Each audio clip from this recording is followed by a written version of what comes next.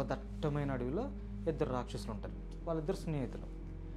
అందులో ఒకడికి ఒక అనుమానం వస్తుంది, అరే నేను గొప్ప రాక్షసుడినా నువ్వు గొప్ప రాక్షసుడివా అని.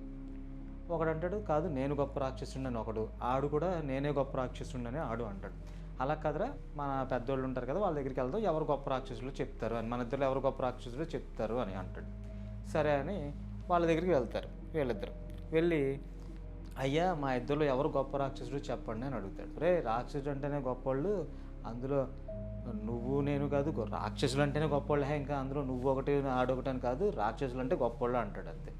అప్పుడు వీడికి అర్థమవుద్ది, అంటే రాక్షసులే గొప్పవాళ్ళు అనే స్థితిలో ఉన్నారు వీళ్ళు, ఇలా కాదు మనం ఎవరినైనా మన వాళ్ళని కాలంలో అడగాలి అని చెప్పేసి అడవిలో ఒక చోటకి వెళ్తే అక్కడ ఒక ఆశ్రమం ఉంటుంది. ఆ ఆశ్రమంలో ఒక ఋషి ఉంటాడు.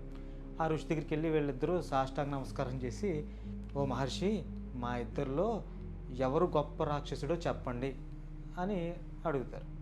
ఆ మహర్షి చూసి మీరిద్దరిలో కూడా ఎవరు గొప్ప రాక్షసుడు కాదు కదా, అసలు రాక్షసులే కాదురా మీరు అని చెప్పేసి మహర్షి అంటాడు. అదేంటి స్వామి అంత మాట అన్నారు, మేము రాక్షసులం కాకపోతామేంటి, మేము రాక్షసులమే మహర్షి అంటారు.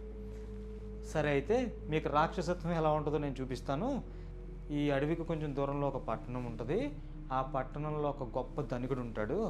ఒకసారి ఆ ధనికుడి జీవితాన్ని మీరు ఒక 2 రోజులు పరిశీలించి వచ్చి చెప్పండి నాకు అని మహర్షి రాక్షసులతో అంటాడు. ఆ ఇద్దరు రాక్షసులు ధనికుడికి కనపడకుండా ఆ ధనికుడు చేసే పనులన్నీ గమనిస్తారు. ఆ ధనికుడు చేసే మోసాలు, కుట్రలు, వేరే మనుషుల్ని పీడించడం ఇవన్నీ దగ్గరుండి చూసి వీళ్ళకి మతి పాడైపోతుంది.